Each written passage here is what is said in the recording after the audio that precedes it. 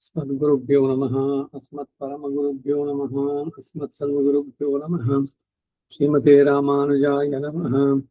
रामानुजदया पात्रं ज्ञानवैराग्यभूषणं श्रीमद्वेङ्कटनाथार्यं वन्दे वेदान्तदेशिकं लक्ष्मीनाथसमारम्भां नाथयमुनमध्यमाम् अस्मदाचार्यपर्यन्तां वन्दे गुरुपरम्पराम् यो नित्यमच्युतपदाम्बुजे युग्मरुक्मां व्यामोहतस्तदितराणि तृणाय मेने अस्मद्गुरोर्भगवतोऽस्य दैकसिन्धोः रामानुजस्य चरणौ शरणं प्रपद्ये।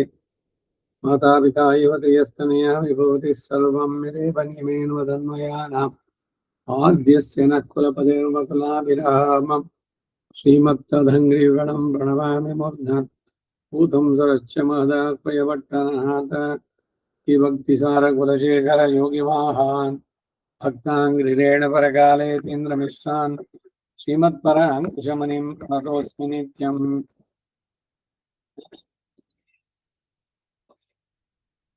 विख्यातो यति सार्वभौमजलदेश्चन्द्रोपमत्वेन यः श्रीभाष्येण स यदन्वयाः सुविदिता श्रीविष्णुचित्तादयः व्याख्यां भाष्यकृदाज्ञयोपनिषदां योद्रामिडीनां व्यदाति पूर्वं तं कुरुकेश्वरं गुरुवरं कारुण्यपूर्णं भजे।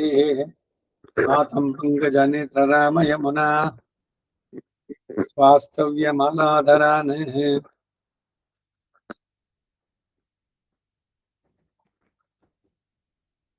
योगीन्द्रं कुरुकेशचञ्चलजं चन्द्रजलधिं गोविन्दपुरारिपौ भट्टार्यं निगमान्तयोगिजगदाचार्यो सकृष्णद्वयौ वन्दे माधवपद्मनाभसमनः कोलेशदेवादिपान् திருவருண்மால் சேனை முதலை ஷடகோபன்னாத முனீஷீருய்ய கொண்டார் மணக்கால் நம்பி சென்றாமாள வந்தார் குருமாலாதரர் குருஹைப்பிரார் கண்பாமிதிராசர் கோவிந்தர் குரேஷர் பிரிய பட்டர் வேதாந்த முனிவர் இருக்கண்ணர் கண்புடையனம் பிள்ளை இவரீடு அளித்தற்கு இந்த குருமாதவர் பத்மநாபர் அருளாளர்த்தம் திருவிடியுன்னிய தேவ பெருமாள் கைகொண்டருளும் திருமலையாழ்வார் பொன்பலங்கள் முன்பென்னொள் சேர்ந்தனமே. பக்தாமிருதம் விஸ்வஜனானுமோதனம் சர்வார்த்ததம் ஸ்ரீஷடகோபவாங்மயம் சஹசிரசாகோபனிஷத்சமாகமம் நமாம்யஹம் திராவிட வேதசாகரம். திருவளது நாடென்னும் தென்குருகோர் என்னும் மரபினியவன் பொருணதென்னும் அருமறைகள் அந்தாதி செய்தானடியினைய எப்பொழுதும் சிந்தியாய் நெஞ்சே தெளிந்து மனத்தாலும் வாயாலும் மண்குருகோர் பேணம் மினத்தார எல்லாதிரெஞ்சே தனத்தாலும் ஏதும் குறைவிலேன் என்ற ஷடகோபன் பாதங்கல்யாமுடைய பத்து ஐந்த பெருங்கீர்த்தி ராமானுஷ மனிதன் வாய்ந்த மலர்பாதம் வணங்குகின்றே. ஆய்ந்த பெரும் சீரார் ஷடகோபன் சந்தமிழ் வேதன் தரிக்கும் பேராத உள்ளம் பெறா பாந்திகளும் ஜோலை முதலரங்கர்மன் பாழ்மேல் ஆண்ட தமிழ் மறைகளாயிரமும் இந்த முதல் தாய் ஷடகோபன் மேம்பால் வளர்த்தாய் ரத்தாய் ராமானுஷன் மிக்கவிர நிலையம் மெய்யாமுயல் நிலையம் தக்க நிலையம் தடியாய் தொக்கியலம் ஊழ் வினையும் வாழ் வினையும் போதும் குருஹயர்கோன் யாழினிஷை வேதத்தியல். நம்மாழ்வார் திருவடிகளே சரணம். திருக்குறஹை பிரான் பிள்ளான் திருவடிகளே ಶರಣಂ. ಭಗವದ್ ವಿಷಯ 4ನೇ ಶತಕ ಮೊದಲನೇ ದಶಕ 11ನೇ ಪಾಶುರ. ನಿನ್ನೆ ದಿವಸ 10ನೇದಾಗಿತ್ತು. 11 நிகமத்தில் இத்திருவாயுமலை பத்தும் கத்தார் ஐஸ்வர்யாதி சுத்த புருஷார்த்தத்தை தவிர்ந்து பகவத் கைங்கரிய போகராவர் என்கிறார். ಈ ತಿರುವಾಯುಮಳಿ ಹತ್ತನ್ನು ಕಲಿತವರು ಐಶ್ವರ್ಯಾದಿ ಕ್ಷುದ್ರ ಪದಾರ್ಥಗಳನ್ನು ಬಿಟ್ಟು ಭಗವಂತನಲ್ಲಿ ಮಾತ್ರ ಕೈಂಕರ್ಯ ಪರರಾಗ್ತಾರೆ ಅಂತ ಹೇಳ್ತಾರೆ ಫಲಶ್ರುತಿ. அகுதே உய்யப்புகுமாறென்னே கண்ணன் கடல்கள் மேல் வைப்போம் பொழில் சூழ் குருகோர் ஷடகோபன் குத்தேவல் செய்கோலத்தாவியம் ஆயிரம் சீர்தொடை பாடல் இவ பத்தும் அக்காமல் கற்பவர் ஆழ்துயர்போய் ಉಯ್ಯಪ್ಪಾಲರೇ. ಇದು ಪದಾರ್ಥ ಉಯ್ಯ ಉಜ್ಜೀವಿಸಲು ಪುಹಂ ಹೋಗುವಂತಹ 6 ಉಪಾಯವೋ ಅಹುದೇ ಅದುವೆ. ಕಣ್ಣನ್ ಕಳಲ್ಗಳ ಮೇಲ್ ಶ್ರೀಕೃಷ್ಣನ ಚರಣಗಳ ಮೇಲೆ ವೈಪು ಸಮೃದ್ಧಿಯಾದ ಪುಷ್ಪಗಳನ್ನು ಕೀಳುವಂತಹ ಪೊಳಿಲ್ ಉದ್ಯಾನಗಳಿಂದ ಶೂಳ್ ಆವೃತವಾದಂತಹ ಕುರುಹೂರ್ ತಿರುಕುರುಹೂರಿನ ಷಟಗೋಪನ್ ನಮಾಳ್ವಾರವರ ಕುತ್ತೇವಲ್ಗಳ್ ಅಂತರಂಗ ಕೈಕರ್ಯಗಳನ್ನ ಶೈ ಮಾಡಿದಂತಹ ಕೋಲತ್ತು ಅಲಂಕೃತವಾದಂತಹ 1000 ಶೀರ್ತೊಡೈ ಶಬ್ದಾರ್ಥ ರಚನೆ ಅಲಂಕಾರಗಳನ್ನುಳ್ಳಂತಹ ಮತ್ತು ಹೂಮಾಲೆಯಂತೆ ಪೋಣಿಸಲ್ಪಟ್ಟಂತಹ ಪಾಡಲ್ ಪಾಶುರಗಳನ್ನ ಇವ 20 ಈ 10 ಅಕ್ಕಾಮಲ್ ಅವಿಚ್ಛಿನ್ನವಾಗಿ ಕರ್ಪವರ್ ಕಲಿಯುವವರ ಆಳ್ತುಯರ್ ಆಳವಾಗಿ ನೆಲೆ ನಾಟಿರುವ ತೊಂದರೆಗಳು ಹೋಗಿ ನೀಗಿಸಲ್ಪಟ್ಟು ಉಯ್ಯಪ್ಪಾಲರ್ ಆತ್ಮೋಜ್ಜೀವನವನ್ನು ಪಡೆದು ಧನ್ಯರಾಗ್ತಾರೆ. ಈಡ್ அகுதே உய்யப்புகுமாறென்னு திருநாரணந்தாள் என்று நான் சொன்னவதுவே உஜ்ஜீவிக்கைக்கு உபாயமும் உபேயமும் என்று கண்ணன் கழல்கள் மேல் கண்ணனை தாழ்பத்தி என்று தாம் சொல்லி கண்ணன் கழல்கள் நினைவினோ என்று பிறர்க்கும் உபதேசித்து நின்னாரே அது தன்னையே சொல்லுகிறார். ಅಹುದೇ ಉಯ್ಯಪ್ಪುಹುಮಾರೆನ್ನೆ ತಿರುನಾರಣಂತಾಳ್ ಎಂದು ನಾನು ಹೇಳಿದ ಅದುವೇ ಉಜ್ಜೀವನಕ್ಕೆ ಉಪಾಯ ಎಂದು ಕಣ್ಣನ್ ಕಳಲ್ಗಳ ಮೇಲ್ ಕಣ್ಣನೈ ತಾಳ್ಪತ್ತಿ ಎಂದು ತಾನು ಹೇಳಿ ಕಣ್ಣನ್ ಕಳಲ್ಗಳ್ ನಿನೆವೆನು ಎಂದ್ರೆ ತಾವು ಆ ಭಗವಂತನನ್ನು ಆಶ್ರಯಿಸಿದಲ್ಲೇ ಇತರರಿಗೂ ಉಪದೇಶಿಸಿ ನಿಂತರಲ್ಲ, ಅದನ್ನೇ ಇಲ್ಲಿ ಹೇಳ್ತಾ ಇರೋದು ಅಂತಾರೆ. இப்படி உடையரார் புறம்பில்லை என்றிரே இவ்வடிகளை தாம் பத்தித்து துயரரு சுடரடி தொழுதெழு என்று தம்ம திருவுள்ளத்துக்கு அருளி செய்தார். வன்புகழ் நாரணம் தென்கடல் சேர் என்று பரோபதேசம் பண்ணினாரங்கு இங்கே கண்ணனை தாழ் பத்தி யான் என்றும் கேடிலன் என்றார். கண்ணன் கடல்கள் நினைவினோ என்று பரோபதேசம் பண்ணினார். இதென்ன வழிபாடுதானு?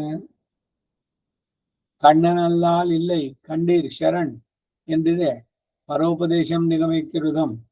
வைப்போம் இத்தியாதி நித்திய வசந்தமான திருச்சோலை சூழ்ந்த திருநகருக்கு நிர்வாகரான ஆழ்வார் சர்வேஸ்வரன் திருவடிகளிலே ಅಂತರಂಗ ವೃತ್ತಿ பண்ணினவை இவைதான். ஷெய் செய்த கவியன் முதல் குத்தேவல் ஷெய் என்று கீழே கூட்டி வாச்சிகமான அடிமை என்னுதல் போலத்தாயிரும் கவிக்கு சொல்லுகிற அலங்காரத்தால் குறவெத்தவாயிரம் ஷீர் இத்தியாதி அவன் குணங்களை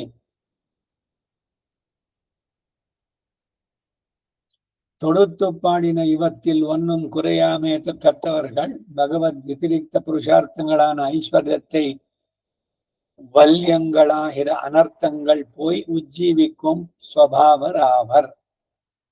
அக்கல் சுரங்கள் உய்யப்பாளர் உஜ்ஜீவனமே ஸ்வபாவமாக உடையராவர். காலம் பெற சிந்தி தூய்மினோ என்று தாம் சொன்னபடியே உடையராகை. ஆழ்வாரம் பெருமானார் ஜியர் திருவடிகளே ಶರಣಂ. ಇದನ್ನು ಹೇಳಬೇಕೆ? ಇಪ್ಪಡಿ ಅಡಿಯುಡೆಯಾರ್ ಪುರಂಬಿಲ್ಲ ಎಂದ್ರೆ ಈ ಚರಣಗಳನ್ನು ತಾನೆ ತಾವು ಆಶ್ರಯಿಸಿದ್ದು. ತುಯ್ಯರರು ಸುಡರಡಿ ತೊಳುದೇಳು ಎಂದು ತನ್ನ ಮನಸ್ಸಿಗೆ ಹೇಳಿದ್ರು. ವಣ್ಪುಹಳ್ ನಾರಣನ್ ತೆನ್ಕಳಲ್ ಶೇರ್ ಎಂದು ಪರೋಪದೇಶ ಮಾಡಿದ್ರು. ಇಲ್ಲಿ ಕಣ್ಣನೈ ತಾಳ್ಪತ್ತಿ ಯಾನೆನ್ನು ಕೇಳಿಲನ್ ಕಣ್ಣನ್ ಕಳಲ್ಗಳ್ ನೆನವಿನೋ ಎಂದು ಪರೋಪದೇಶ ಮಾಡಿದ್ರು. ಇದು ಎಂತಹ ಪ್ರೀತಿ! ಕಣ್ಣನಲ್ಲಾಲ್ ಇಲ್ಲೇ ಕಂಡೀರ್ ಶರಣ್ ಎಂದು ಪರೋಪದೇಶ ಹೇಳುತ್ತಿದೆ ಅಲ್ವೇ.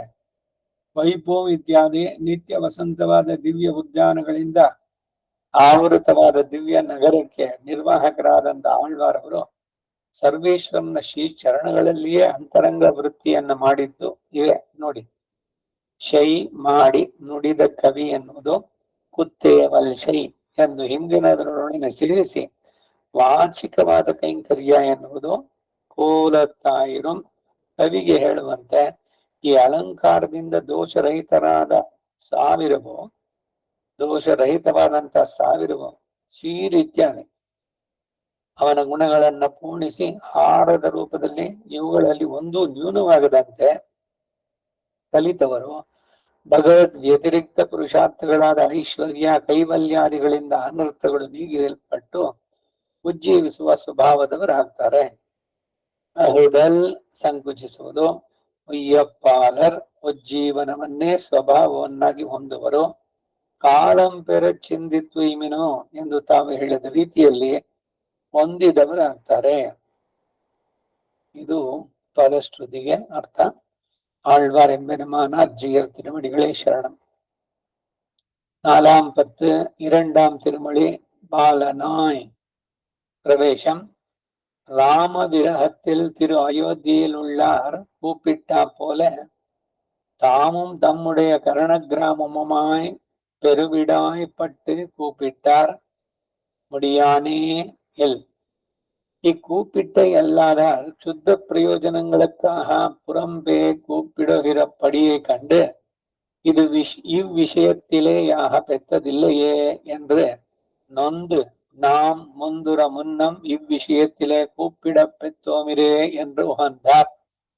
சொன்னால் விரோதத்தில் அவ்வளவேயோ பகவதர்ஹ கரணனாகவும் பெற்றோம் என்றால் சென்மம் பல பலவில் அல்லாதார் தந்தாமுடைய கருணங்களை பாழே போக்குகைக்குக்கடியான ஐஸ்வர்ய கைவலங்களிலே பிரவணராய் அனர்த்தப்படுகிறபடியை கண்டு அவத்தினுடைய அல்ப அஸ்திரத்வாதி தோஷங்களையும் சர்வேஸ்வரன் பரம பிராபியனாயிருக்கிறபடியையும் உபதேசித்து அவத்தை விட்டு அவனை பத்துங்கோள் என்றார்.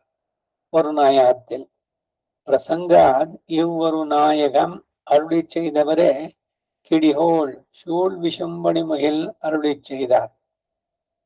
இத்தை ஸ்ரீ வைஷ்ணவர்கள் திருவுள்ளம் பத்துங்கோள் என்று பிள்ளை அருளி செய்வர்.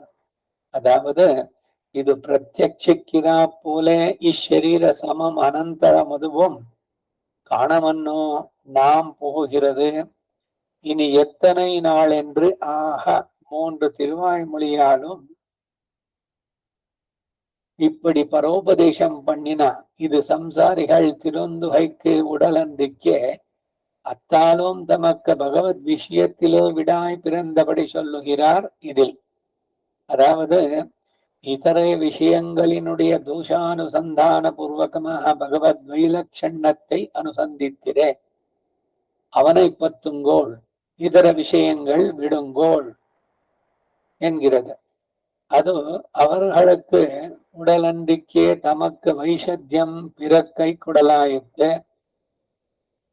ஸ்ரீ விபீஷணாழ்வான் ராவணனுக்கு சொன்ன ஹிதம் அவனுக்கு உடல் அன்றிக்கே தனக்கு பெருமாளை பத்துகை குடலானா போலேயும், ஸ்ரீ பிரஹ்லாத ஆழ்வான் இரண்யனுக்கு சொன்ன ஹிதம் அவன் நெஞ்சிலே படாதே தனக்கு பகவத் பக்தி மிகுகை குடலானா போலேயும், வீடுமின் மொத்தத்திலும் சொன்னால் விரோதத்திலும் ஒரு நாயத்திலும் பிறரை குறித்து சொன்ன ஹிதம் அவர்களுக்கு குறப்பன்றிக்கே மூன்றுகளையும் பருத்த செங்காயமும் வாரின பயிர் சதசாகமாக பணைத்து பலிக்குமா போலே தமக்கு அவன் பக்கலில அபினிவேசம் சதசாகமாக பண்ணகைக்கு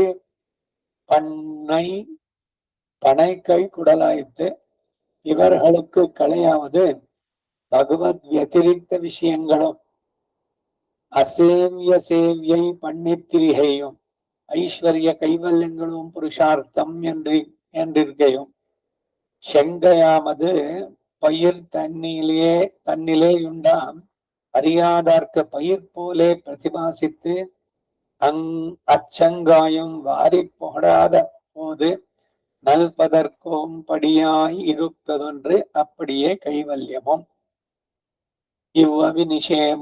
அபிநிவேசமும் இப்படி செல்லா நிற்கச் செய்த முன்பு முடியானையில் பிறந்த விடாய் ரசாந்தரங்களாலே அபிபூதமாய் கிடந்தது. அந்த விடாய் தலையெடுத்து தேசகாலங்களால் விப்ரகிருஷ்டமான அவன் படிகளையும் தத்தத் தேசகால விசிட்டமாக்கி இப்போதே பெற்று அனுபவிக்க வேணும் என்னும் விடாயும் பிறந்தது. அது அப்போதே கிடையாமையால அந்த விடாய் தான் அவஸ்தாந்தரத்தை பிறப்பித்தது. அவஸ்தாந்தரம் தான் சர்வேசனோட கலந்து பிரிந்தாள் ஒரு பிராட்டி திசையாய். பிராட்டி தான் மோகங்கதையாய் கிடக்க அவள் திசையை அனுசந்தித்த திருத்தாயார் தேச காலங்களால் விப்பிரகிருஷ்டமான அவன் படிகளையும் தத்தத் தேசகால விசிஷ்டமாக்கி இப்போதே பெற்று அனுபவிக்க வேணும் என்னான் என்றாள் என்கிற பாசுரத்தால ஸ்வதசையை பேசுகிறார். திருவடியை கண்ட பீமசேனன் சாகரம் தத்துமுத்யுக்தம் ரூபம் அப்பிரதிமம் மகத்து தஷ்டுமிச்சாமி என்று நீ முந்து கடல் கடந்த வடிவை நான் இப்போது காண வேணும் என்றானிரே. இவன் சக்திமான் என்று தோத்துகையாலே அப்படியே இவளும் பகவத் சக்தியை அறிந்தபடியாலே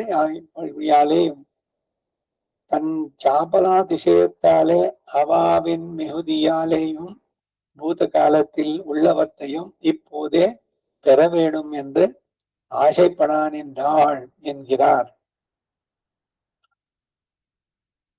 ಇದಿಷ್ಟು ನಾಲ್ಪತ್ತಿನ 2ನೇ ತಿರುವಾಯ್ಮೊಳಿಗೆ ಪ್ರವೇಶ, ಇಂಟ್ರೊಡಕ್ಷನ್. ಈಗ ಇದರ ಕನ್ನಡ ಅವತರಣಿಕೆ. 4ನೇ ಶತಕ 2ನೇ ದಶಕ ಪಾಲನಾಯ್ ಪ್ರವೇಶ. ರಾಮ ವಿರೋಹದಲ್ಲಿ ಅಯೋಧ್ಯ ನಗರದಲ್ಲಿ ಇದ್ದವರೆಲ್ಲರೂ ಕೂಗಿಕೊಂಡಂತೆ ಆಳ್ವಾರವರು ತಮ್ಮ ಕರ್ಣಗ್ರಾಮಗಳೊಡನೆ ವಿರಹ ಸಹಿಸಲಾಗದೆ ಆರ್ತವಾಗಿ ಪ್ರಾರ್ಥಿಸಿದ್ರು ಮುಡಿಯಾನೆ ಎಂಬ ದಶಕದಲ್ಲಿ. ಇತರರು ಕ್ಷುದ್ರ ಪ್ರಯೋಜನಗಳಿಗಾಗಿ ಬಾಕ್ಯವಾಗಿ ಪ್ರಾರ್ಥಿಸುವುದನ್ನು ಕಂಡು ಈ ಪ್ರಾರ್ಥನೆ ಪರಮಾತ್ಮನ ವಿಷಯದಲ್ಲಿ ಆಗಲಿಲ್ಲವಲ್ಲ ಅಂತ ಅನ್ನೋದ್ರು. ಬರೀ ಧನ ಧಾನ್ಯ ಪಶು ಬಹುಪುತ್ರ ಲಾಭ ಇದರಲ್ಲೇ ಎಲ್ರೂ ತಲ್ಲೀನರಾಗಿದ್ದಾರೆ ಹೊರತು ಭಗವಂತನನ್ನ ಆಶ್ರಯಿಸ್ಬೇಕು ಅನ್ನೋದು ಜನಗಳಿಗೆ ಬರ್ಲಿಲ್ವಲ್ಲ ಅನ್ನೋ ದುಃಖ ಆಳ್ವಾರ್ಗೆ, ನಮ್ಮ ಆಳ್ವಾರ್ ಅವರಿಗೆ.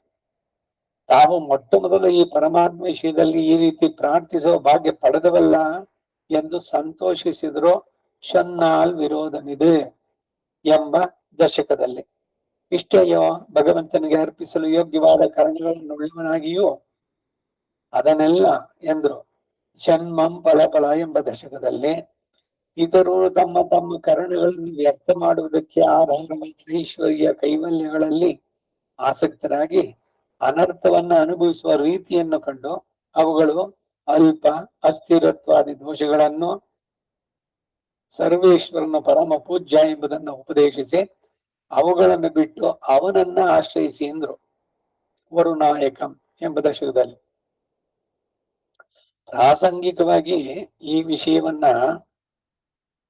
ಈ ವರುನಾಯಕವನ್ ಅನುಗ್ರಹಿಸಿದವರೇ ಕೊನೆಯಲ್ಲಿ ಈ 1000 ಅದರಲ್ಲಿ ಶೂಲ್ ವಿಶುಂಭು ಎಂಬುದನ್ನ ಅನುಗ್ರಹಿಸಿದ್ರು. ಇದನ್ನ ಶ್ರೀ ವೈಷ್ಣವಗಳು ಮನಸ್ಸಿನಲ್ಲಿ ಗ್ರಹಿಸಿ ಎಂದು ನಂಪಿಲ್ಲೈ ಅನುಗ್ರಹಿಸಿದ್ದಾರೆ. ಅದು ಎಂದ್ರೆ ಶರೀರ ವಿಶಿಷ್ಟವಾಗಿ ಪ್ರತ್ಯಕ್ಷವಾಗಿ ಈ ಲೋಕದಲ್ಲಿ ನಾವು ಎಲ್ಲವನ್ನೂ ಕಾಣುವಂತೆ ಈ ಶರೀರ ವಿಯೋಗದ ನಂತರವೂ ಕಾಣಬೇಕೆಂದಲ್ಲವೇ ನಾವು ವಿಚಾರಗಳಲ್ಲಿ ತೊಡಗೋದು. ಅಂದರೆ ಇನ್ನೆಷ್ಟು ದಿನಗಳು? ಒಟ್ಟಿಗೆ 3 ದಶಕಗಳಲ್ಲಿ ಇವರು ಮಾಡಿದ ಪರೋಪದೇಶವು ಸಂಸಾರಿಗಳನ್ನು ತಿದ್ದಲು ಮಾತ್ರವಲ್ಲದೆ ತಮಗೆ ಭಗವದ್ ವಿಷಯದಲ್ಲಿ ಆಸೆ ಉಂಟಾದ ಬಗೆಯನ್ನು ಹೇಳ್ತಾರೆ ಇಲ್ಲಿ. ಅದು ಅಂದ್ರೆ ಇತರ ವಿಷಯಗಳ ದೋಷಾನುಸಂಧಾನ ಪೂರ್ವಕವಾಗಿ ಭಗವದ್ ವೈಲಕ್ಷಣ್ಯವನ್ನು ಅನುಸಂಧಾನ ಮಾಡಿ ಅಲ್ಲವೇ ಅವನನ್ನು ಆಶ್ರಯಿಸಿ ಅಧ್ಯಾತ್ಮ ಸಾಧನೆಯಲ್ಲಿ ಭಗವಂತನನ್ನು ಪಡಿಬೇಕು ಅಂದ್ರೆ ಅವನ ಬಗ್ಗೆ ತಿಳಿಬೇಕು. ಅಲ್ಲಿಯ ವೈಭವ ಇದೆಲ್ಲ. ಅದರ ಜೊತೆಗೆ ಬಹಳ ಮುಖ್ಯವಾಗಿ ಏನು ಅಂದ್ರೆ ಇಲ್ಲಿನ ಸುಖ ಅಲ್ಲ ಅನ್ನೋದರ ಅರಿವು ನಮಗೆ ಚೆನ್ನಾಗಾಗ್ಬೇಕು. ಈಗ ಇಲ್ಲೇನೆ ನಾನ್ ಚೆನ್ನಾಗಿದ್ದೇನೆ, ಹೆಂಡತಿ ಮಕ್ಕಳು ಮೊಮ್ಮಕ್ಕಳು ಮನೆ ಆಸ್ತಿ ಎಲ್ಲ ವೈಭವಗಳು ಇದೆ, ಯಾಕೆ ಬೇಕು ಮೋಕ್ಷ ಅಂತವ್ರು ಕೇಳಿದ್ರೆ ಮೋಕ್ಷ ಬೇಕು ಅಂತ ಇಲ್ಲ ನೀವ್ ಹೇಳಿದ್ರು ಅವ್ರು ಬೇಕು ಅಂತ. ಬೇಡಪ್ಪ ನಾನ್ ಚೆನ್ನಾಗಿದ್ದೀನಿ ಹಿಂಗೇನೆ, ಏನು ಇನ್ನೊಂದ್ ಜನ್ಮ ಬಂದ್ರು ಅಷ್ಟೇ ಇದ್ರಾಯ್ತು. ಈ ರೀತಿ ನಾನು ವಿದೇಶದ ಪ್ರವಾಸ ಮಾಡಿದಾಗ ಒಬ್ರು ಹಿರಿಯರ ಜೊತೆನಲ್ಲಿದೆ ಒಂದು ಚರ್ಚೆ ನಡೀತು. ಅವ್ರು ಹೇಳಿದ್ರು, ನನಗೆ ಪ್ರೀತಿಯಿಂದ ನೋಡ್ಕೊಳ್ಳೋ ಮಕ್ಕಳಿದ್ದಾರೆ, ಮಗ ಸೊಸೆ ವಾರದ ಕೊನೆಯಲ್ಲಿ ಕರ್ಕೊಂಡ್ತಾರೆ, ಅಲ್ಲಿ ಮಾಲು ಅದು ಇದು ಅಂತ ಸುತ್ತಿ ತಿಂದ್ಕೊಂಡು ಇದ್ ಮಾಡ್ಕೊಂಡು ಬರ್ತೀವಿ, ಸಂತೋಷವಾಗಿದ್ದೀನಿ. ಯಾಕೆ ಬೇಕು ಮೋಕ್ಷ ಅಂತ ಕೇಳಿದ್ರು. ಯಾಕೆ ಬೇಕು ಮೋಕ್ಷ? ಇನ್ನೊಂದ್ ಜನ್ಮ ಇದೆಯಾ, ಸರಿ ಬರ್ತೀನಿ. ಇಷ್ಟೆಲ್ಲ ಇದ್ದು ಬಿಟ್ರೆ ವೇದಾಂತ ಶಿಖರಗಳದಲ್ಲ ವೈಕುಂಠವಾಸೇಪಿ ನಮೇ ಅಭಿಲಾಷಃ. ಹಾಗೆ ನನಗೆ ಇಲ್ಲಿಯ ಭೋಗಗಳು ಎಲ್ಲ ಚೆನ್ನಾಗಿದೆ, ಸೊ ನನಗೆ ಬೇಡ ಮೋಕ್ಷ ಅಂತಂದ್ರು. ನಾನು ಹೇಳ್ದೆ, ಹಾಗಾದ್ರೆ ಮುಂದಿನ ಜನ್ಮದಲ್ಲಿ ನಿಮ್ಗೆ ಇಂಥದ್ದೇ ಎಲ್ಲ ಸಿಗತ್ತೆ ಅನ್ನೋದು ಖಾತ್ರಿ ಇದೆಯೋ? ಹೀಗೇನೆ ನಿಮ್ಮನ್ನ ಪ್ರೀತಿಯನ್ನು ನೋಡೋಣ ಅಂತ ಮಗನೋ ಮಗಳೋ ಅವರು ವಾರದ ಕೊನೆಯಲ್ಲಿ ನಿಮ್ಮನ್ನ ಹಿಂಗಿಂಗ್ ಸುತ್ತಿಸ್ಬೇಕು, ಅಲ್ಲಿ ಏನೇನ್ ತಿಂಡಿಗಳು ಬಾಯಿ ರುಚಿನೋ ಮತ್ತೊಂದು ಅವುಗಳನ್ನ ಎಲ್ಲ ಮಾಡ್ಬೇಕು, ಅದೆಲ್ಲ ಡೆಫಿನೆಟ್ ಆಗಿ ಸಿಗತ್ತೆ ಅಂತಂದ್ರೆ ಸರಿ, ನೀವ್ ಹೇಳ್ಬೋದು ಈ ಜನ್ಮದಲ್ಲೇನೆ ಸ್ವಲ್ಪ ನಿಮಗೆ ಓಡೋದು ಕಡಿಮೆ ಆಯ್ತು ಅಂತಂದ್ರೆ ಹೇಗ್ ನೋಡ್ತಾರೆ ಸ್ವಂತ ಮಕ್ಕಳೇನೆ. ಹರಿಪುತ್ರ ಸತಿ ಮಿತ್ರ ಎಲ್ಲ ಕರ್ಮದ ಅವತಾರಗಳು ಕುರಿಯನ್ನಾಗಿಸಿ ನಿನ್ನ ಕಾಪಿಡುವ ಸಂಸಾರ ಉರಿ ಮಾರಿಯಾದೀತು ಮಂಕುತಿಮ್ಮ ಅಂತಾರೆ. ಸಂಬಂಧಗಳು ಅಳಿಸೋದಕ್ಕೆ ಎಷ್ಟೊತ್ತು ಬೇಕು? ಒಂದು ಮಿಸ್ಅಂಡರ್ಸ್ಟ್ಯಾಂಡಿಂಗ್. ತಂದೆ ಮಕ್ಕಳಿಗೆ ಹದಗಚ್ಚುವುದನ್ನು ಕಾಣೆಯ, ಹೊಂದಿಕೊಂಡಿರುವವರು ಅಹಮತೆಯು ಬೆಳೆಯುವನಕ. ತಂದೆಯಾರ್ ಮಕ್ಕಳಾರ್ ನಾನೆಂಬುದೆದ್ದು ನಿಲೆ ಬಂದ ಮುರಿಯುವುದು. ಮತ್ತೆ ಅವ್ನು ಗೆಳೆಯನೇನು ಎಲ್ಲ ನೀನ್ ಹೇಳ್ದಂಗೆ ಕೇಳ್ಬೇಕು, ನನಗ್ ಬಾಳಕ್ ಇಲ್ವೇ ಇಲ್ವಾ? ನನಗೇನು ಸ್ವಾತಂತ್ರ್ಯನೇ ಇಲ್ವಾ?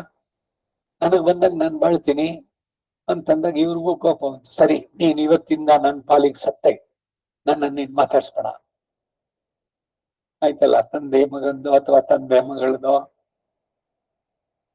ಅಹಮತೆಯು ಬೆಳೆಯುವನಕ ಹೊಂದ್ಕೊಂಡಿರ್ತಾರೆ. ಸ್ವಲ್ಪ ಅದ್ ಮೇಲೆ ಕೆತ್ತು ಅಂದ್ರೆ ಇವನಿಗೋ ಇಲ್ಲ ಅವ್ರಿಗೋ, ಅಪ್ಪನಿಗೋ ಮಗನಿಗೋ. ಹಾಗಾಗಿ ಈ ಸಂಬಂಧಗಳು ಅಥವಾ ಇಲ್ಲಿಯ ಭೋಗಗಳು ಪರ್ಮನೆಂಟ್ ಅನ್ನುವಂತ ಬುದ್ಧಿ ನಮಗಿದೆಯಲ್ಲ, ಅದು ಹೋಗ್ಬೇಕು.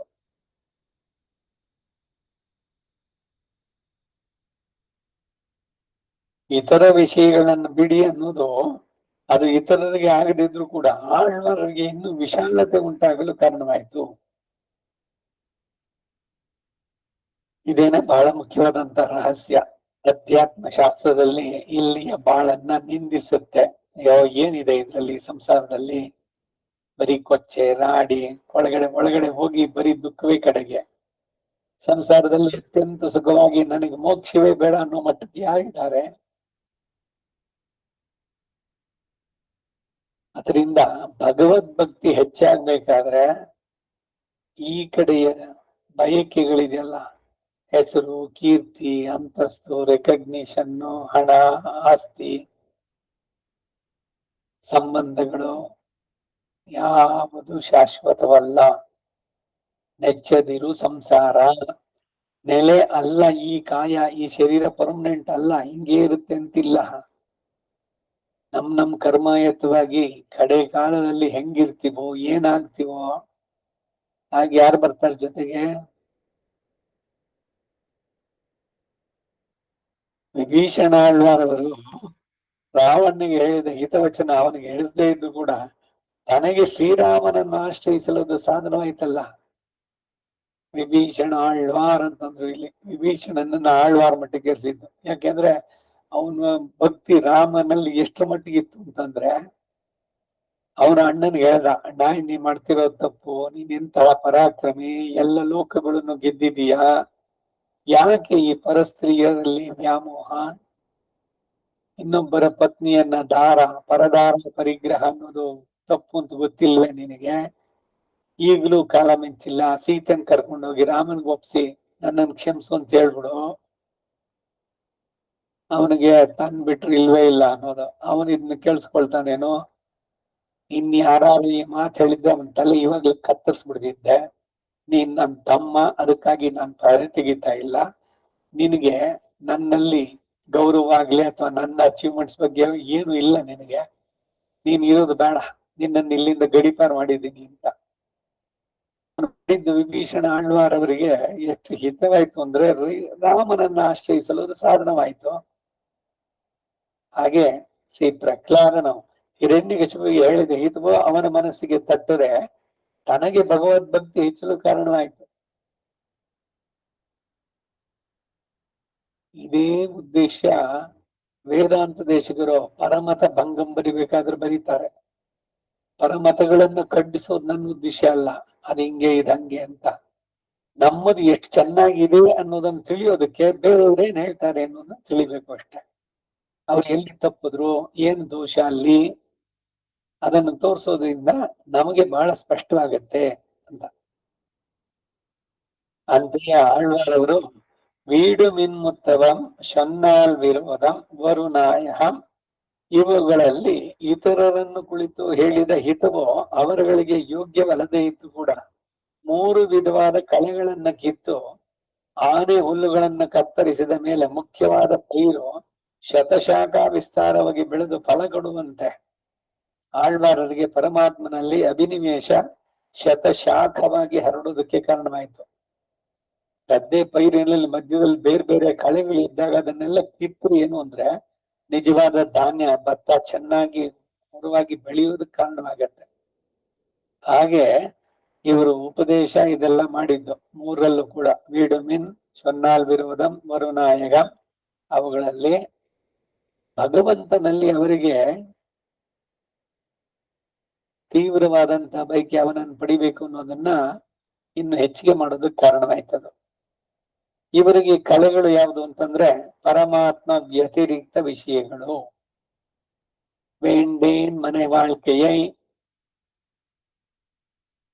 திருவிண்ணகர் மேயவனே ஆண்டாவன் ಕಾಣ್ಬದೋರ್ ಅರುಳು எனக்கு ಅರುಳಿದೆಯೇಲ್, ನಿನ್ನನ್ನು ನೋಡುವಂತ ಒಂದು ಕೃಪೆಯನ್ನ ನೀನು ಅನುಗ್ರಹಿಸಿದ್ದೆ, ಆದ್ರೆ ನನಗ್ ಬೇಡ ಈ ಪ್ರಾಪಂಚಿಕವಾದ ವಿಷಯ ವ್ಯವಹಾರಗಳು, ಲೋಕದಲ್ಲಿ ಅವರಿವರ ಮಾತು ಬೇಂಡಿ. ಹಾಗೆ ಪರಮಾತ್ಮ ವ್ಯತಿರಿಕ್ತ ವಿಷಯಗಳಲ್ಲಿ ಬೇಡ. ಹಾಗೆ ಅಸೇವ್ಯ ಸೇವೆ ಮಾಡಿ ಅಲಿಯೋದು. ಮನಸ್ಸು ಕರಗದೆ ಸ್ವಾಮಿ ಮಹಾಮಹಿಮ ನಿನ್ನಯ ದಿನ ದಿನವೂ ಸೇವಿಸಿ ಪರರ ಅಡಿಗಡಿಗೆ ನಮಿಸಿ ಅವರ ಬಿರುನುಡಿಗಳ ಕೇಳಲಾರೆ ಬೇಡಲಾರೆ ಬಾಮುರಾರೆ ಮನಸ್ಸು ಕರಗದೆ ಸ್ವಾಮಿ ಅಂತ ಒಂದು ಭಜನೆನೆಲ್ಲ ಆಡ್ತಾ ಇದ್ವಿ ಬಹಳ ಸುಂದರವಾಗಿ. ಅದ್ರಲ್ಲಿ ಎಷ್ಟು ತೀವ್ರತೆ ಇದೆ ಅಂದ್ರೆ ಸಾಕು ನನಗೆ. ಅವರು ಇವರಿಗೆ ನೀನೇ ಇಂದ್ರ ಚಂದ್ರ ಅಂತ ಅವ್ರ ಸೇವೆಗಳನ್ನ ಮಾಡಿ ಅವ್ರ ಹತ್ರ ಅನ್ನಿಸ್ಕೊಂಡು ಇದೇನಿದು ಹೊಟ್ಟೆ ಹೊರಿಯೋದಕ್ಕಾಗಿ ಎಲ್ಲಾರು ಮಾಡುವುದು ಹೊಟ್ಟೆಗಾಗಿ, ಗೇಣು ಬಟ್ಟೆಗಾಗಿ, ಯಾರನ್ನು ಮೋಸ ಮಾಡಿ ಏನೇನೋ ಮಾಡಿ 108 ವೇಷಗಳು ಎಲ್ಲ ಮಾಡೋದು ಉದರ ಭರಣಕ್ಕೆ. ಇದೇ ಒಂದೇನ ಜೀವನದಲ್ಲಿ ಹೊಟ್ಟೆ ಪಾಡಿಗೆ ಮಾಡೋದು ಅದು ಒಂದೇನಾ ಅಂತಂದ್ರೆ ಅದಕ್ಕೆ ಹೇಳ್ತಾರೆ ಅಸೇವ್ಯ ಸೇವೆ ಮಾಡಿ ಅಲಿಯೋದು. ಐಶ್ವರ್ಯ ಕೈವಲ್ಯಗಳು ಪುರುಷಾರ್ಥ ಅಂತ ಭಾವಿಸೋದು. ತುಂಬಾ ಹೆಚ್ಚು ಹಣ ಇದ್ ಬಿಟ್ರೆ ಏನ್ ಬೇಕಾದ್ರೂ ಮಾಡ್ಬಿಡ್ಬೋದು. ಏನ್ ಮಾಡೋದಕ್ಕಾಗುತ್ತೆ ಹಣ ಹೆಚ್ಚಿಗೆ ಇಟ್ರೆ. ಅರ್ಥಂ ಅನರ್ಥಂ ಭಾವಯ ನಿತ್ಯಂ ನಾಸ್ತಿ ತತಃ ಸುಖ ಲೇಷ ಸತ್ಯಂ. ಇದು ಸತ್ಯ. ಅದರಲ್ಲಿ ಸುಖ ಲೇಷವೂ ಇಲ್ಲ ಅಂತಾರೆ, ಒಂದು ಚೂರು ಕೂಡ ಇಲ್ಲ. ಏನಯ್ಯ ಅಷ್ಟು ಇಲ್ಲ. ಪುತ್ರಾದಪಿ ಜನ ಭಾರ್ಯಾ ಭೀತಿ, ಹೆಂಡತಿ ಗಂಡ ಮಕ್ಕಳು ಎಲ್ಲರಿಂದಲೂ ಭೀತಿ. ಸರ್ವತ್ರೈಷಾ ವಿಹಿತಾ ರೀತಿ, ಇದು ಸರ್ವತ್ರ, ಬರೀ ಇಲ್ಲಿಗೆ ಅಥವಾ ಭಾರತಕ್ಕೆ ಒಂದು ದೇಶಕ್ಕೆ ಸೀಮಿತ ಅಲ್ಲ, ಎಲ್ಲ ಕಡೆನಲ್ಲೂ ಇರೋ ಕಥೆ ಇದೇನೆ.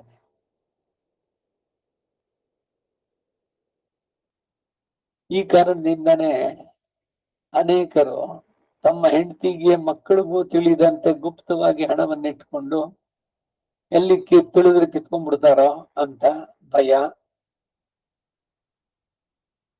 ಈ ರೀತಿನಲ್ಲಿ ಬರುವಂತ. ಒಂದ್ ವೇಳೆ ಈ ಹಣ ಎಲ್ಲ ಇತ್ತ ಎಲ್ಲ ಇನ್ಯಾರಿಗೆ ಮಕ್ಕಳಿಗೆ ತಾನೆ ಅಂತ ಎಲ್ಲದನ್ನು ಬರೆದು ಬಿಟ್ರೆ ಅವ್ರಿಗೆ ಅವ್ರ ಆಸ್ತಿ ತಗೊಂಡ್ಮೇಲೆ ನಿಮ್ಮನ್ನ ತಳ್ಳು ಬಿಡ್ತಾರೆ. ಸ್ವಂತ ಮಕ್ಕಳೇನೆ. ಅದಕ್ಕಾಗಿ ವಿದುರ ಹೇಳ್ತಾನೆ ಈ ವಿವೇಕನ, ನೀನು ಸ್ವಂತ ಆರ್ಜಿಸಿದಂತ ಹಣ, ನಿಮ್ಮ ಅಪ್ಪನದು ಬಂದಿದ್ದು ಪಿತ್ರಾರ್ಜಿತ ಅದೆಲ್ಲ ಬೇಡ. ನೀನು ನ್ಯಾಯವಾದ ಮಾರ್ಗದಿಂದ ಸಂಪಾದಿಸಿದ ಹಣ ನಿನ್ನ ಉಪಯೋಗಕ್ಕಿರ್ಲಿ. ಕೆಲಸ ಮಾಡೋದಕ್ಕೆ ದೇಹದಲ್ಲಿ ಶಕ್ತಿ ಇದ್ದಾಗ ನೀ ಮಾಡು. ಆ ಸಂದರ್ಭದಲ್ಲಿ ಒಂದಷ್ಟು ಉಳಿಸಿಟ್ಟಿರು, ಅದು ಆಪದ್ದನ ಅಂತ.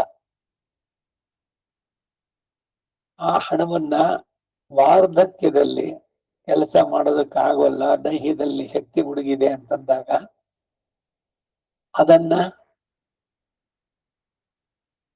ಈ ಸೀನಿಯರ್ ಸಿಟಿಜನ್ ಸ್ಕೀಮ್ SCSS ಅದರಲ್ಲಿ ಇನ್ವೆಸ್ಟ್ ಮಾಡು.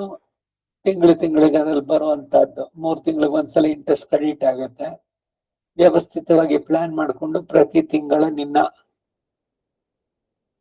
ಖರ್ಚು ವೆಚ್ಚಗಳನ್ನ ನಿರ್ವಹಿಸೋದಕ್ಕೆ ಅದಾಗಬೇಕು.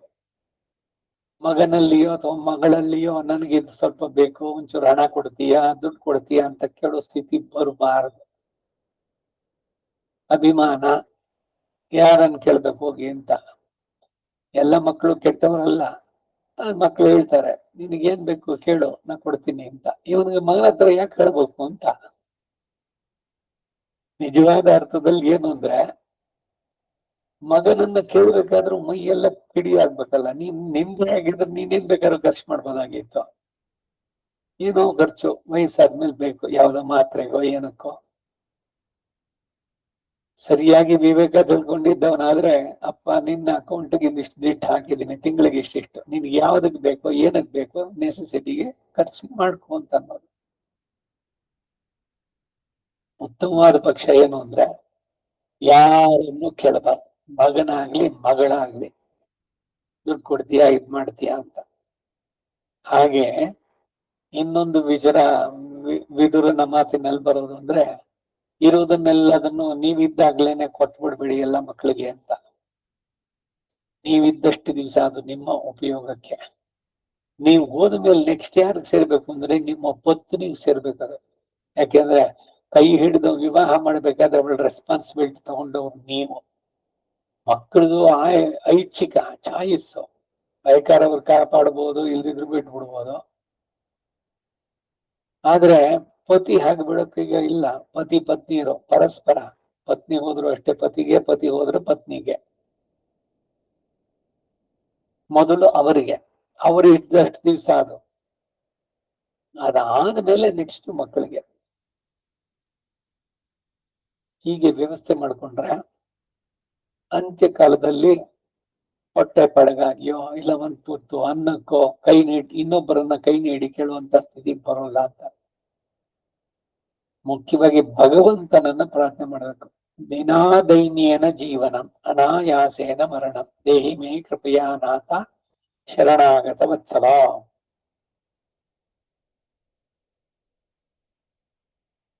ಚಂಗಾಯ ಅಂತಂದ್ರೆ ಆನೆ ಹುಲ್ಲು ಅಂದ್ರು. ಇದು ಕಳೆ ಬರುವಂತದ್ದು. ಭತ್ತದ ಪೈರಿನ ತರಾನೇ ಎತ್ತರವಾಗಿ ಬೆಳೆಯುತ್ತೆ. ಆ ನಿಜವಾದ ಭತ್ತದ ಸೇರ್ಬೇಕಲ್ಲ, ಅದ್ರದ್ದೆಲ್ಲ ಆಹಾರ ಸ್ವೀಕಾರ ಮಾಡ್ಬಿಟ್ಟು ಅದು ಚೆನ್ನಾಗ್ ಬರೋದೇ ಇಲ್ಲ ಪೈರು. ಅದು ಪೈರಿನಲ್ಲೇ ಉಂಟಾಗಿ ತಿಳಿಯದವರಿಗೆ ಪೈರಿನಂತೆಯೇ ಕಂಡು ಅದನ್ನು ಕತ್ತರಿಸಿದ ಪಕ್ಷದಲ್ಲಿ ಭತ್ತವು ಹೇಗೆ ಬೆಳೆಯದೆ ಒಣಗಿ ಹೋಗುತ್ತೋ ಅಂತದ್ದು ಚೆಂಗಾಯಂ ಅಂತೇಳಿ ಬಂತಲ್ ಪದ ಅದು. ಹಾಗೆಯೇ ಕೈವಲ್ಯ ಅಂದ್ರೆ ಏನು? ಆತ್ಮಾನುಭವ. ಯೋಗದಲ್ಲಿ ಯಮ, ನಿಯಮ, ಆಸನ, ಪ್ರಾಣಾಯಾಮ, ಪ್ರತ್ಯಾಹಾರ, ಧ್ಯಾನ, ಧಾರಣ, ಸಮಾಧಿ. ಆ ಸಮಾಧಿ ಅನ್ನೋದು ಸ್ಥಿತಿ.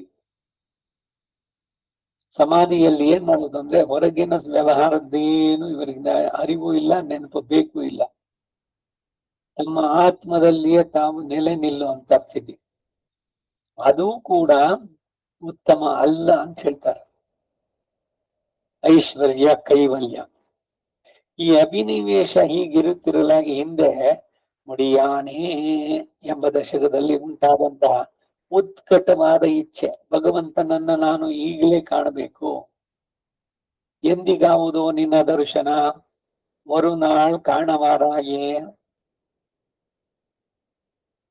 ಅಂತ ಆ ಉತ್ಕಟ ಇಚ್ಛೆ ರಸಾಂತರಗಳಿಂದ ವಿಭೂತವಾಗಿತ್ತು. ಆ ಉತ್ಕಟ ಇಚ್ಛೆಯು ಈಗ ತಲೆ ಎತ್ತಿ ದೇಶ ಕಾಲಗಳಿಂದ ದೂರಾಗಿದ್ದ ಪರಮಾತ್ಮನ ರೀತಿಗಳನ್ನ ಆಯಾಯ ದೇಶ ಕಾಲಗಳಲ್ಲಿರುವಂತೆ ಮಾಡಿ ಈಗಲೇ ಪಡೆದು ಅನುಭವಿಸ್ಬೇಕು ಎಂಬ ಹಂಬಲ ಉಂಟಾಯಿತು. ಅದು ಆಗಲೇ ದೊರಕದೇ ಇದ್ದದ್ರಿಂದ ಆ ಉತ್ಕಟ ಇಚ್ಛೆಯು ಅವಸ್ಥಾಂತರಗಳನ್ನು ಉಂಟು ಮಾಡಿತು. ಈ ಅವಸ್ಥಾಂತರವನ್ನೇ ಪರಮಾತ್ಮನಲ್ಲಿ ಕಳೆತು ವಿಯೋಗ ಹೊಂದಿದ ಒಬ್ಬ ನಾಯಿಕೆಯ ದಶಿಯಾಗಿ, ನಾಯಿಕೆಯು ಮೋಹವಿಷ್ಟಲಾಗಿರಲು ಅವಳ ಸ್ಥಿತಿಯನ್ನು ನೋಡಿದ ಅವಳ ತಾಯಿಯು ದೇಶ ಕಾಲದಿಂದ ಅತ್ಯಂತ ದೂರವಾದ ಅವನ ಅವತಾರ ವಿಶೇಷಗಳನ್ನ ಆಯಾಯ ದೇಶ ಕಾಲದಲ್ಲಿ ಇದ್ದಂತೆಯೇ ಈಗಲೇ ಪಡೆದು ಅನುಭವಿಸಬೇಕು ಎಂದು ಹೇಳ್ತಾ ಇದ್ದಾಳೆ ಎಂಬುವ ಪಾಶುರದಿಂದ ಆಳ್ವಾರವರು ತಮ್ಮ ದಶೆಯನ್ನು ಕುರಿತು ಹೇಳ್ತಾರೆ. ಆಂಜನೇಯನನ್ನ ನೋಡಿದ ಭೀಮಸೇನ ಸಾಗರಂ ತರ್ತುಮುದ್ಯುಕ್ತಂ ರೂಪಂ ಅಪ್ರತಿಮಂ ಮಹತ್ ದ್ರಷ್ಟುಮಿಚ್ಛಾಮಿ. ಯಾವಾಗ್ಲೂ ಹಿಂದೆನೂ ಒಂದ್ಸಲ ಈ ಕಥೆ ಹೇಳಿದ್ದ. ಸೌಗಂಧಿಕ ಪುಷ್ಪವನ್ನ ದ್ರೌಪದಿ ಕೇಳದ್ದು, ಭೀಮಸೇನ ತರ್ತೀನಿ ಅಂತ ಉತ್ತರದಲ್ಲಿ ಹಿಮಾಲಯದ ಹೊರಟ. 10,000 ಆನೆಯ ಬಲವುಳ್ಳವನು ಗದೆಯನ್ನು ಹಿಡ್ಕೊಂಡು ಹೋಗ್ತಾ ಇದ್ದಾನೆ. ಏನು ಅವನ ದಾರಿನಲ್ಲಿ ಬಂದಿದ್ದಲ್ಲ, ಆನೆ ಹೋದದ್ದೇ ದಾರಿ ಅಂತ ಹೇಳ್ತಾರಲ್ಲ, ಹಾಗೆ ಭೀಮ ಹೊರಟ ಬಂದು ಅಂತ ಬಳ್ಳಿಗಳು ಅದೋ ಇದೋ ಎಲ್ಲವನ್ನು ಸವರ್ಕೊಂಡು ಹೊಟ್ಟೋಗಿದ್ದು. ಎಲ್ಲವೂ ಕಾಲಿನಲ್ಲಿ ತೊಳೆದು ಮಾಡಿ ಆಂಜನೇಯ ಈ ಭೀಮಸೇನನ್ನ ನಗ್ರಹಿಸ್ಬೇಕು ಅಂತ ದಾರಿನಲ್ಲಿ ಒಂದು ವೃದ್ಧ ವಯಸ್ಸಾದ ಕೋತಿ ಒಂದ್ ಕಡೆಗೆ ಇದ್ ಮಾಡಿ ಬಾಲ ಮಾತ್ರ ದಾರಿನಲ್ಲಿ ಹಾಕ್ಬಿಟ್ಟು ಕೂತ್ಕೊಂಡಿದ್ದ. ಇವನು ಬಂದ, ನೋಡ್ದ, ಈ ಕೋತಿ ತೆಗಿ ನೀನ್ ಬಾಳನ ಅಂತ ಜೋರಾಗಿ ಗಡ್ಸಾಗಿ ಹೇಳ್ದ. ಆ ವೃದ್ಧ ಕೋತಿ ರೂಪದಲ್ಲಿದ್ದವನು, ಯಾರದು, ನನಗ್ ವಯಸ್ಸಾಯ್ತಪ್ಪ, ನನ್ನ ಬಾಲನೇ ಎತ್ತಕ್ಕೂ ನನಗ್ ಶಕ್ತಿ ಇಲ್ಲ, ನೀನೇ ಒಂಚೂರು ಅದನ್ನ ಸಡಿಸ್ಬಿಟ್ಟು ಹೋಗು ನೀನ್ ಆ ಕಡೆಗೆ ಅಂತ. ಇವನು ಅಂತ ಹೇಳಿ ತನ್ನ ಗದೆಯಿಂದ ಏನ್ ಕಡ್ಡಿನಲ್ಲಿ ಹಿಂಗ್ ತಳ್ಳದಂತೆ ಬಾಲ ಹಿಂಗನ್ನಕ್ ಹೋದ. ಏನು ಒಂದ್ ಕೂದ್ಲು ಅಲ್ಲಾಡ್ಸಕ್ ಆಗ್ಲಿಲ್ಲ. ಕಡೆಗ್ ಗದೆನ ಪಕ್ಕದಲ್ಲಿ ಇಟ್ಟು ಎರಡೂ ಕೈಯಿಂದ ಎತ್ತಕ್ ಪ್ರಯತ್ನ ಮಾಡ್ತಾ ಇದ್ದಾನೆ. ಏನ್ ಮಾಡಿದ್ರು ಆ ಬಾಲನ ಒಂದು ಚೂರು ಅಳ್ಳಾಡ್ಸಕ್ ಆಗ್ಲಿಲ್ಲ. ಹಾಗೆ ಇವನ ಅಹಂಕಾರ ಎಲ್ಲ ಇಳೀತು ಕೆಳಗೆ. ಭೀಮಸೇನ ಹೇಳ್ದ, ನೀನು ಸಾಮಾನ್ಯವಾದ ಮುದಿ ಕೋತಿ ಅಲ್ಲ, ಯಾರು ನೀನು, ದಯವಿಟ್ಟು ನನಗೆ ಹೇಳು, ನನ್ನಿಂದ ತಪ್ಪಾಯ್ತು, ನೀನು ವೃದ್ಧ, ನಿನ್ನಲ್ಲಿ ನಾನು ಉದ್ದಟತನದಿಂದ ಮಾತಾಡದೆ ಅಂತ ಹೇಳಿ ಮಾಡಿದಾಗ, ನಾನ್ ನಿನ್ನ ಅಣ್ಣ ಕಣೋ ಅಂತ ಆಂಜನೇಯ ಹೇಳಿದ. ನಾನು ವಾಯುಪುತ್ರ, ನೀನು ವಾಯುವಿನ ಪ್ರಸಾದದಿಂದ ಪಡೆದವನು ಅಂತ. ಆಮೇಲೆ ಭೀಮಸೇನನಿಗೆ ಆ ಆಂಜನೇಯ ವಿರಾಟ್ ರೂಪವನ್ನ ಧರಿಸಿ ಲಂಕೆಗೆ ಲಂಘನ ಮಾಡಿದ್ನಲ್ಲ, ಸಾಗರೋಲ್ಲಂಘನ, ಅದನ್ನ ನೋಡ್ಬೇಕು ಅಂತ ಸಾಗರಂ ತರ್ತುಮುದ್ಯುಕ್ತಂ ರೂಪಂ ಅಪ್ರತಿಮಂ ಮಹತೆ, ಆ ನಿನ್ನ ರೂಪವನ್ನ ನಾನೊಮ್ಮೆ ನೋಡ್ಬೇಕಲ್ಲ, ದ್ರಷ್ಟುಮಿಚ್ಛಾಮಿ, ನನಗೊಮ್ಮೆ ತೋರಿಸು. ಭೀಮಸೇನನ ಕಾಲ ದ್ವಾಪರ ಯುಗ, ವಾನರನಾಗಿ ಅವ್ರ ಆಂಜನೇಯ ಇದ್ದಿದ್ದು ತ್ರೇತಾಯುಗದಲ್ಲಿ, ಹಿಂದಿನ ಯುಗದಲ್ಲಿ ನಡೆದಂತ ಕಾರ್ಯ ಅದು. ಋತ ಆದ್ಮೇಲೆ ತ್ರೇತಾಯುಗ, ತ್ರೇತ ಆದ್ಮೇಲೆ ದ್ವಾಪರ, ದ್ವಾಪರದಲ್ಲಿ ಭೀಮಸೇನ, ಮಹಾಭಾರತ ಇವೆಲ್ಲ ಇದ್ದಿದ್ದು. ಇವನ ಕೋರಿಕೆಯನ್ನ ಈಡೇರಿಸಲು ಆಂಜನೇಯ ತನ್ನ ವಿರಾಟ್ ರೂಪವನ್ನು ತೋರಿಸ್ತ. ಸೀತೆಗೂ ಅವನು ತೋರಿಸಿದ್ದ ಅವನ ರೂಪವನ್ನ. ನಿನ್ ಕೈಲಾಗತ್ಯೆ, ಕಪಿ ಬುದ್ಧಿ ಅಂತಾರಲ್ಲ ಹಾಗೆ ನನ್ನನ್ನು ಭುಜದ ಮೇಲೆ ಹೊತ್ಕೊಂಡು ಬಿಡ್ತೀನಿ ಅಂದ್ರೆ, ನೀನೇ ಕೊಡ್ಬೇಕಾದ್ರೆ ನೀನೇನೋ ದಾಟಿ ಬಂದೆ, ಆದ್ರೆ ನೀನು ಹೋಗ್ತಾ ನನ್ ಬೀಳಿಸ್ಬಿಟ್ರೆ ಸಮುದ್ರದೊಳಗೆ ತಿಮಿಂಗಿಲಗಳು ಇದೆಲ್ಲ ಇದೆ. ಇನ್ನೊಂದೇನು ಅಂದ್ರೆ, ನಾನು ಇಷ್ಟಪಟ್ಟು ಯಾರ ಪರಪುರುಷನನ್ನು ನಾನು ಮುಟ್ಟು ಹಾಗಿಲ್ಲ. ಮತ್ತೆ ಅವನು ರಾವಣ ತನ್ನ ಸೊಂಟದಲ್ಲೇ ಕೂತ್ಕೊಂಡು ಹೇಳ್ಕೊಂಬಂದಲ್ಲ ಅಂತಂದ್ರೆ, ಅದು ನನ್ನ ಇಚ್ಛೆಗೆ ವಿರುದ್ಧವಾಗಿ ನನ್ನಿಂದ ಆಗ ಅವನಿಂದ ಬಿಡಿಸ್ಕೊಳ್ಳೋದಕ್ಕೆ ಇರ್ಲಿಲ್ಲ ಶಕ್ತಿ, ಅದರಿಂದ ಅವಾಗ ದೋಷವಾಗಲ್ಲ ಅಂತೆಲ್ಲ ಹೇಳಿದ್ಮೇಲೆ, ಅಮ್ಮ ನೋಡು ನನ್ನ ರೂಪನ ಅಂತ ತೋರಿಸ್ದಾಗ. ಹಾಗೆ ದ್ರಷ್ಟುಮಿಚ್ಛಾಮಿ, ನೀನೆ ಹಿಂದೆ ಸಮುದ್ರವನ್ನು ದಾಟಲು ಅಂಗೀಕರಿಸಿದ ರೂಪವನ್ನ ನಾನು ಈಗ ನೋಡ್ಬೇಕು ಎನ್ನುತ್ತಾನೆ ಅಲ್ವೇ, ಇವನು ಅತ್ಯಂತ ಶಕ್ತಿ ಉಳ್ಳವನು ಅಂತ ತೋರುವುದರಿಂದ. ಅದೇ ರೀತಿ ಭಗವಂತನ ಶಕ್ತಿಯನ್ನು ತಿಳಿದವನಾದ್ದರಿಂದಲೂ ತನ್ನ ಚಾಪಲ್ಯ ಅತಿಶಯದಿಂದಲೂ ಆರ್ತಿ ಅತಿಶಯದಿಂದಲೂ ಭೂತಕಾಲದಲ್ಲಿದ್ದ ವಿಷಯಗಳನ್ನೆಲ್ಲ ವರ್ತಮಾನದಲ್ಲಿ ಪಡೆಯಬೇಕು ಎಂದು ಆಸೆ ಪಡ್ತಾಳೆ ಎನ್ನುತ್ತಾಳೆ. ನಮ್ಮಾಳ್ವಾರವರ ಮನಸ್ಸು ಹೇಗಿತ್ತು ಅಂತ, ಇವರಿರೋದು ಯಾವಾಗ, ಕಲಿಯುಗದ ಆರಂಭ. ಈ ಭಗವಂತನ ಅವತಾರ ಆ ಲೀಲೆಗಳನ್ನು ನಡೆದು ಹಿಂದೆ ತ್ರೇತಾಯುಗದಲ್ಲಿ, ಕೃತಯುಗದ ಆರಂಭ ಮತ್ತೆ ದ್ವಾಪರ ಇವುಗಳಲ್ಲಿ ಅವನ ಬೇರೆ ಬೇರೆ ಅವತಾರಗಳನ್ನೆಲ್ಲ ಪಡೆದಾಗ ಆದಂತಹದ್ದು. ಅದನ್ನ ಈಗ ನೋಡ್ಬೇಕು ಅಂತ ಬಯಸಿದ್ದು.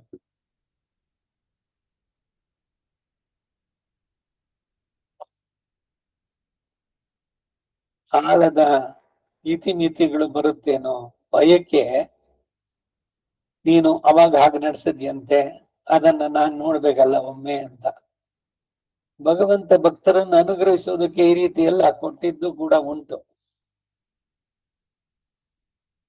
ಕಬೀರ ಹೇಳ್ತಾನೆ ತಾನು ನಾಯಕಿಯಾಗಿ, ಬಾರೋ ಮನೆಗೆ ಪ್ರಿಯಕರನೇ, ನೀನಿಲ್ಲದೆ ಜೀವ ಸೊರಗಿದೆ ವರನೇ, ಅನ್ನ ಸೇರದು ನಿದ್ದೆ ಬಾರದು, ಕಬೀರನ ಮನ ತಲ್ಲಣಗೊಂಡಿದೆ, ನಿನ್ನ ವಿರಹದಲ್ಲಿ ನಾನು ಕೃಷ್ಣನಾಗಿದ್ದೇನೆ. ನೋಡಿದ ಜನ ಎಲ್ಲ ಹೇಳ್ತಾರೆ ಇವನು ಕಬೀರ ಭಗವಂತನ ಭಕ್ತ ಅಂತ ಎಷ್ಟೆಲ್ಲ ಮಾಡ್ತಾನೆ, ಆ ಭಗವಂತನಿಗೆ ಏನಾದ್ರು ಒಂಚೂರು ಕರುಣೆ ಇದೆಯಾ? ಇಷ್ಟೆಲ್ಲ ಗೋಗರದ್ರು ಕೂಡ ಅವ್ನು ಕಾಣಿಸ್ತಾ ಇಲ್ವಲ್ಲ, ಎಂತ ಕೃತಜ್ಞ ಅಂತ ನಿನ್ ಬೈತಾರೆ.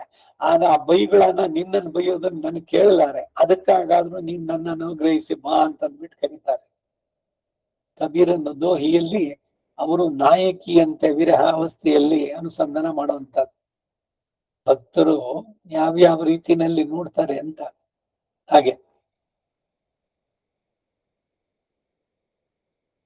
ಪರಮಾತ್ಮನಲ್ಲಿ ಕಲೆತು ವಿಯೋಗ ಹೊಂದಿದ ಒಬ್ಬ ನಾಯಕಿಯ ದಶೆಯಾಗಿ, ನಾಯಕಿಯು ಮೋಹಾವಿಷ್ಟಲಾಗಿರಲು ಅವಳ ಸ್ಥಿತಿಯನ್ನ ನೋಡಿದ ಅವಳ ತಾಯಿ ದೇಶ ಕಾಲದಿಂದ ಅತ್ಯಂತ ದೂರವಾದ ಅವನ ಅವತಾರ ವಿಶೇಷಗಳನ್ನ ಆಯಾಯ ದೇಶಕಾಲದಲ್ಲಿ ಇದ್ದಂತೆಯೇ ಈಗಲೇ ಪಡೆದು ಅನುಭವಿಸ್ಬೇಕು ಅಂತ ಹೇಳ್ತಾ ಇದ್ದಾಳೆ ಎಂಬುವ ಪಾಶುರದಿಂದ ಆಳ್ವಾರವರು ತಮ್ಮ ದಶಿಯನ್ನು ಕುರಿತು ಹೇಳ್ತಾರೆ.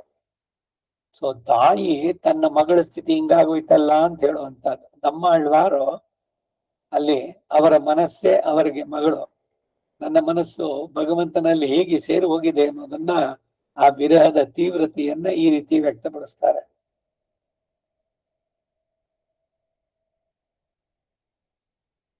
ಭಗವಂತನ ಶಕ್ತಿಯನ್ನ ತಿಳಿದವಳಾದ್ದರಿಂದಲೂ ತನ್ನ ಚಾಪಲ್ಯ ಅತಿಶಯದಿಂದ, ಆರ್ತಿಯ ಅತಿಶಯದಿಂದ ಭೂತಕಾಲದಿದ್ದ ವಿಷಯಗಳನ್ನೆಲ್ಲ ವರ್ತಮಾನದಲ್ಲಿ ಪಡೆಯಬೇಕು ಅಂತ ಆಸೆ ಪಡ್ತಾಳೆ ಅಂತಾರೆ. ಇದು ಈ ನಾಲ್ಕನೇ ದಶಕದ ನಾಲ್ಕನೇ ಶತಕ ಎರಡನೇ ದಶಕದ ಪೀಠಿಕೆ. முதல் பாட்டு, மட்டதள ஷாயியனுடைய திருவடிகளில் சாத்தின திருத்துழாயை செவ்வியோடு இப்போதே பெற வேணும் என்று ஆசைப்படான் என்னால் என்கிறார். ವಟಪತ್ರಶಾಹಿ ಆಲದೆಲೆಯ ಮೇಲೆ ಮಲಗಿರುವಂತ ಕೃಷ್ಣ ಅವನ ಪಾದ ಕಮಲಗಳಲ್ಲಿ ಧರಿಸಿದ ತುಳಸಿಯನ್ನ ಆ ವಾಸನೆಯೊಡನೆ ಈಗಲೇ ಪಡಿಬೇಕು ಅಂತ ಇವಳು ಆಸೆ ಪಡ್ತಾ ಇದ್ದಾಳೆ.